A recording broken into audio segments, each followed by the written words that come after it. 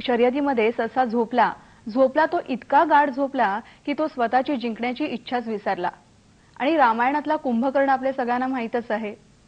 प्रेक्षको, वयोमानानुसार झोपेचं प्रमाण कमी होणं ही तक्रार ज्येष्ठ नागरिकांमध्ये आपल्याला दिसते. पण आजचं कामाचं स्वरूप, स्पर्धेचं युग, धकाधकीचं आयुष्य या सगळ्यामुळे तरुण तरुणींमध्ये सुद्धा हे झोपेचं प्रमाण कमी असल्याच्या तक्रारी आपल्याला दिसून येतात. आणि ह्याचा परिणाम आपल्याला आता जाणवणार नाही, पण वयोमानानुसार म्हणजे जसं वय वाढत जाईल तसे याचे परिणाम दिसायला लागतात. मग हे परिणाम कुठले, म्हणजे निद्रानाश आणि अतिनिद्रा याची लक्षणं कुठली, हे कशामुळे होतं, या सगळ्याबद्दल आपण जाणून घेणार आहोत आयुर्वेदाच्या अंगाने. विषय लक्षात आलेलाच असेल, अतिनिद्रा आणि निद्रानाश. आणि ह्यावर मार्गदर्शन करण्यासाठी आज आपण आपल्या स्टुडिओमध्ये आमंत्रित केलंय वैद्य मनीष जोशी यांना. डॉक्टर आचार्य नमस्कार. अल्फामध्ये आपलं मनपूर्वक स्वागत. नमस्कार.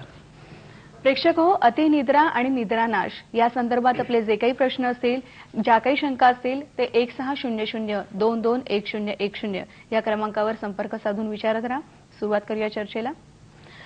सर, अतिनिद्रा आणि निद्रानाश याच्यावरची आपली चर्चा आपण करूयाच, पण सगळ्यात पहिल्यांदा सांगा की आयुर्वेदाच्या अंगाने आपल्या मानवी शरीरासाठी झोपेची गरज किती आणि कशा प्रकारे? आयुर्वेदाच्या दृष्टीने आपण झोपेच्या दृष्टीने जेव्हा जाणून घेणार आहे त्याच्यापूर्वी आयुर्वेदाचे जे बेसिक कन्सेप्ट आहेत ते आपण थोडेसे बघितले तर ही झोपेचं महत्त्व आपल्याला समजायला सोपं जाईल.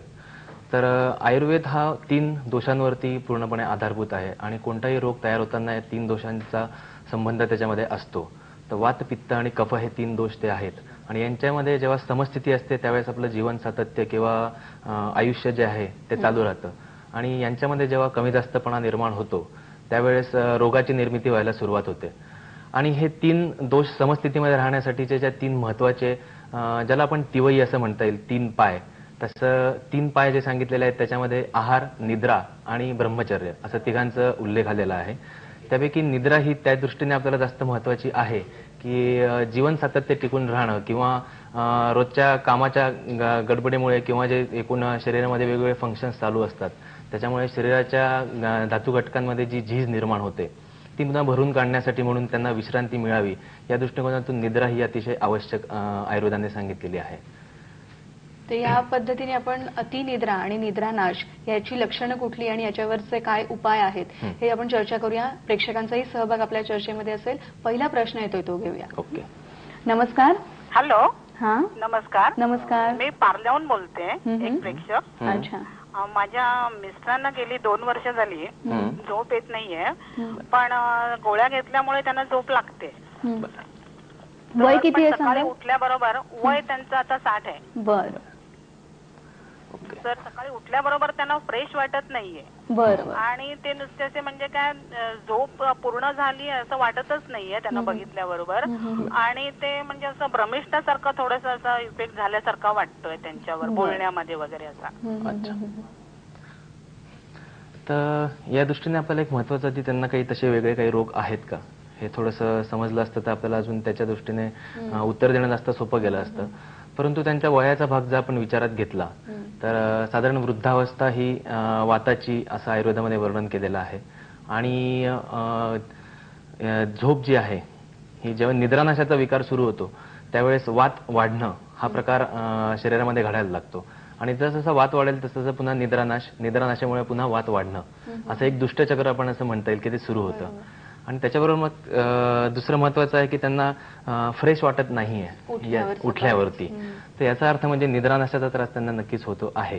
तर त्या दृष्टीने थोडंसं मानसिक चिकित्सा या दृष्टीने यांच्यामध्ये मला आवश्यक वाटते थोडी, की जेणेकरून त्यांचं मन कसं प्रसन्न होईल हे महत्त्वाचं आहे. आणि त्याच्याबरोबर शरीराचा जो एक थकवा किंवा शरीरात वाढणारा जो वात आहे तो कमी करण्यासाठी म्हणून त्यांना अभ्यंग म्हणजे पूर्ण अंगाला तेल लावून मालिश करणं किंवा कानामध्ये तेल टाकणं किंवा डोक्याला तेल लावणं, तळपायाला तेल लावणं असे प्रकार थोडेसे जर केले तर वात कमी व्हायला मदत होईल आणि त्यामुळे निद्रानाश हा त्यांचा प्रकार कमी व्हायला नक्की मदत होईल असं मला वाटतं. आणखीन एक प्रश्न येतो तो घेऊया. नमस्कार. नमस्कार, मैं पुणे से हबीबा शेख बोल रही हूँ. हाँ, विचारा. मेरे हस्बैंड एडवोकेट है. वो दिन भर बिजी रहते हैं और रात में 12 बजे के बाद सोते हैं. मतलब आई मीन सिर्फ 6 या 7 घंटे ही नींद मिलती है. अच्छा, मैं फोन रख सकती हूँ? अच्छा. कामाचं स्वरूप जर असं असेल की नियमितपणा त्यात नसेल आणि अशा वेळेला मग झोपेवर काय परिणाम होतो? नियमितपणा नसला तर झोपेचे प्रकार जे आहे आपण त्याचा जर विचार केला तर चुकीच्या झोपेचे प्रकार करायचे ठरवले तर झोपेची वेळ ज्यावेळेस आहे त्यावेळेस झोप न घेणं किंवा जेवढी झोपेची वेळ आवश्यक आहे त्याच्यापेक्षा जास्त वेळ झोप घेणं किंवा अजिबात झोप न घेणं, हे 3 प्रकार म्हणजे आपल्याला झोपेच्या तक्रारी निर्माण होण्यासाठी आवश्यक कारणं असं म्हणता येईल. तर यांच्या बाबतीमध्ये त्या मानाने मला त्या दृष्टीने मला जाणवत आहे की चुकीच्या वेळी झोप घेतलं जाणं आणि कमी प्रमाणात झोप घेतलं जाणं हे दोन्ही प्रकार आढळत आहेत. आणि त्याबरोबरच बौद्धिक काम ॲडव्होकेट आहेत त्यामुळे बौद्धिक हे आहे त्यामुळे मन थकणं हा प्रकार जास्त आहे. त्यामुळे शारीरिक थकवा जरी त्यांना कमी असला तरी मनाचा जो थकवा आहे तो कमी करण्यासाठी त्यांना पुन्हा मगाशी मी जसा उल्लेख केला तसा मानसिक चिकित्सा असं नाही म्हणता येणार परंतु मन प्रसन्न कसं होईल त्या दृष्टीने एक तर सुगंधी द्रव्यांचा वापर करणं किंवा म्युझिक थेरपी आपण ज्याला म्हणतो की शांत संगीत ऐकल्यानंतर सुद्धा एक ठराविक राग आपण ऐकल्यानंतर मानसिक थकवा कमी व्हायला मदत होते किंवा त्याच्यावरच मन ज्याच्यामध्ये गुंतेल अशा प्रकारची जी गोष्ट आपल्याला आवडत असेल ती प्रत्येक व्यक्तिगणित बदलू शकते कारण व्यक्ती तितक्या प्रकृती असं सांगितलेलंच आहे आणि त्यानुसार त्यांनी ज्याच्यामध्ये आपलं मन गुंतेल अशा स्वरूपाचं जर मन गुंतवण्याचा प्रयोग जर केला तर जे झोपेचा त्यांचा त्रास आहे तो किंवा अनियमित झोपेमुळे जे त्रास होणार आहेत त्यांना ते कमी व्हायला नक्कीच मदत होईल. पण सर तुम्ही आता मानसिक शांतता कशी राखण्यासाठी म्हणजे ती राखण्यासाठी काय काय करायचं हे तुम्ही त्यांना सांगितलं पण ह्या सगळ्या ह्याच्यामध्ये त्यांनी आहारावर सुद्धा काही पथ्य पाळायला हवीत का? कारण कामाचं स्वरूप त्यांचं राहणार कारण व्यवसायच त्यांचा तो आहे तर अशा वेळेला त्यांनी आहारामध्ये काय पथ्य पाळायला हवीत? आहारामध्ये पुन्हा आपल्याला त्या वाताचाच विचार करावा लागेल की साधारण हरभऱ्याची डाळ किंवा ज्याला आपण फरसाण पीठ असं म्हणतो तर त्याच्यापासून बनवणारे पदार्थ किंवा विशेषतः मुंबईचं राष्ट्रीय खाद्य असं ज्याला म्हटलं जातं वडापाव त्यासारखे जे प्रकार आहेत ते किंवा बेकरी प्रॉडक्ट्स हे प्रकार टाळणं किंवा रात्रीचं जागरण हे टाळणं पण त्याच्यावरती म्हणजे झोप येत असो नसो परंतु त्या काळामध्ये विश्रांती जर घेतली गेली तर आपोआपच निद्रानाशाचे जे त्रास होणार आहेत ते कमी व्हायला मदत होईल.